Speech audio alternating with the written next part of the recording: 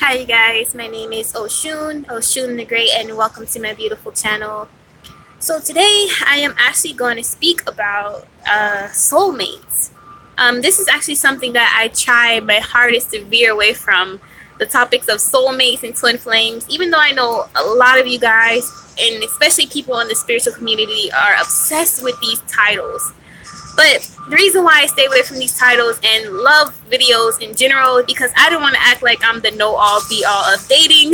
Because I myself have had my own ups and downs, and for a long time I felt the type of way about dating. Like, I didn't believe in soulmates, or I didn't want to believe in soulmates, things like that.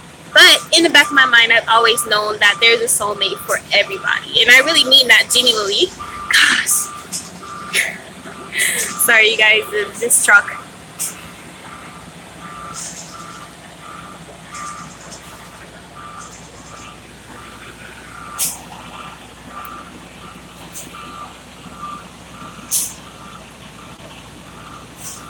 Hopefully it stops soon. I don't want you guys to be struggling to hear me.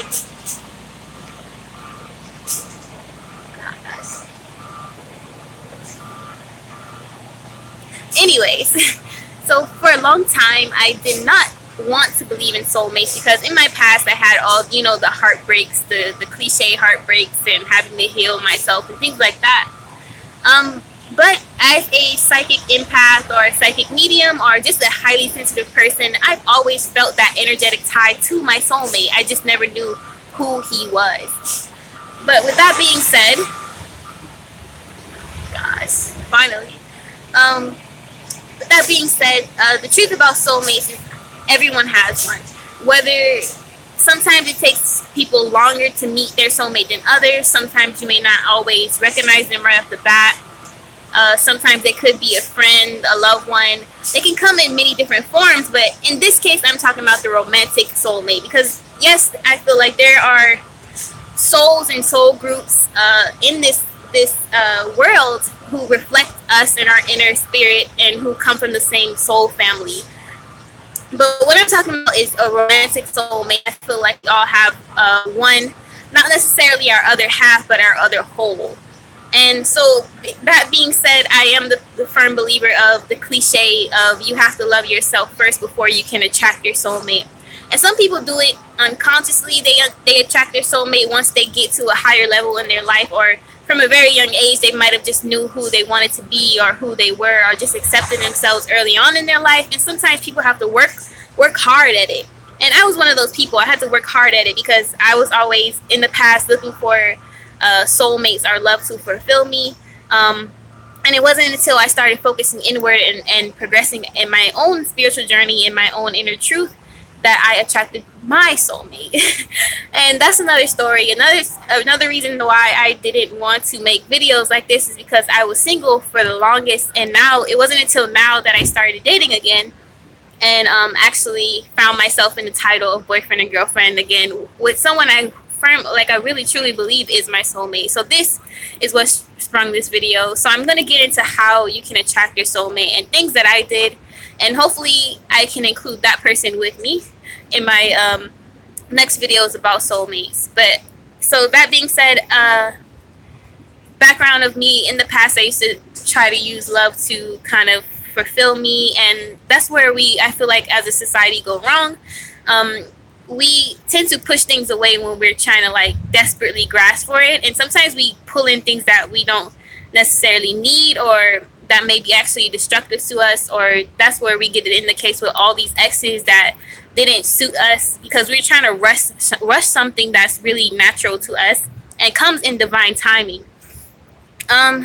So yeah, it wasn't until I went on the spiritual journey. I've been single for a while, and each his own. Everyone is different. It's not going to be like, oh, you got to be single for years or this and that. It's really like, however soon you can do the inner work and love yourself and accept yourself 100%. That's really all that matters, and that time period is different for everyone. And again, some people may not have to work at self-love. Sometimes it's just that way. But for me, I had to work at it, and it took quite a bit of time, because years on my spiritual journey, I wouldn't even think about self-love. It wasn't until 3-4 years in that I started really working on self-love and really accepting myself. But the funny thing is, the moment that I accepted myself and was like, look, fuck that, I'm gonna just love myself for me, that person came in. The moment I dropped trying to control everything, how the person was gonna come, how they looked like, what status they would have, then the person came. That's another thing about soulmates, is that we have this idea of how they will look, how they will be. You don't know. And that's the whole point, is you have to, in the law of attraction sense, you have to have faith in the universe and bring you exactly the person that's for your highest good. And that's exactly what I did. In the sense of law of attraction, I put my intent in the universe, started working on myself, forgot about it essentially. When I was working on myself, and I was like, I remember with myself, I made an agreement, like, look, I'm gonna love me. And shortly after, the universe was like, damn, here you go. And it was crazy, because for a long time, being a psychic medium, my guys have told me continuously that once you love yourself, that person can come. And they weren't playing no games. It was like, I want to say like a week or so later, not even, sitting around dating on Tinder or just putting myself out there. That's another thing. You have to do your part in the universe to attract your soulmate, but you might also have to go through a bunch of bullshit in order to get your soulmate. And sometimes people don't tell you that about soulmate unions. Like, it's not going to be this perfect attraction. You might have to weed through some bullshit in order to find them or attract them. But it's all about you and your intent and your feelings. Like, if you don't feel right with someone, you know. So then that you have to be courageous enough to move on and trust the universe is bringing your soulmate. So let's say you're dating, putting yourself out there. It's funny too, because on the brink of me giving up of dating online, that's when he came. So it's like when you give up control, then the universe that creates space for your soulmate to come in. So yeah, we can sit online every day, listen to meditation ways to attract our soulmate, or write. Like, another thing though, I did write intentions a long time ago. I wrote out the characteristics I wanted in a man, and I did stuff like rituals, like bury it or burn it or whatever you can think of, and I literally forgot about it. So maybe those things helped as well. But honestly, it wasn't until, I'm telling you, till I accepted myself 100%, because unconditional love is the best love. And really, again, soulmate isn't here to fulfill you. They're here to compliment you. So if you're okay with yourself, then that's when you can actually enjoy your partner and not expect them to fulfill your every need of needing to be happy. For one, that's a huge burden to put on anybody, and you have to be able to do that for yourself, because what if your soulmate is not going to be around for a long time, or what if you're just apart from them sometimes, or even in this situation you haven't met them yet. Like, you have to be happy by yourself, or at least be able to care for yourself, nurture yourself, guide yourself, listen to your own voice, things like that. But my thing is, I became so comfortable being single, and then the universe was like, okay, here's a relationship. And honestly, I wasn't even ready, and I still don't know if I'm ready, but it's kind of like I mastered being alone, but now I'm getting the opportunity to master being with someone.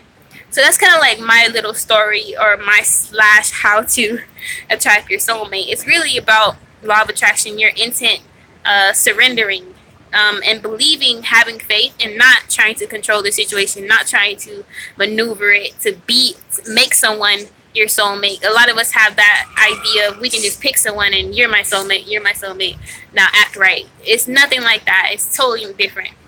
And it's then, in conclusion, relationships aren't this perfect thing. It's going to be arguments just as well as anything else. It's just a matter, it feels different, as opposed to, you might put up with all this person's shit. You might actually stick around and get married to this person because they're worth it. Like, it may be in terms of that, like, feeling different to the point where you act differently. It feels right because it's different from all your relationships. And you'll know, trust me, you'll know, because it'll just feel different. You'll feel comfortable. For example, a lot of girls, they might have trouble being themselves, not wearing makeup in front of guys, but your soulmate come along, you might not give a fuck. You might be that comfortable around him, and vice versa. Like, guys, you might feel comfortable around the woman, like, be able to express yourself freely. not feel judged, things like that. But it's not to say it will be perfect. It just will feel different. Like your soulmate is here to kind of compliment you in your journey, and when you do come together, it's like now you have a mission to go in the world together and you know, master that shit together, like become true alchemists together and make an even grander masterpiece.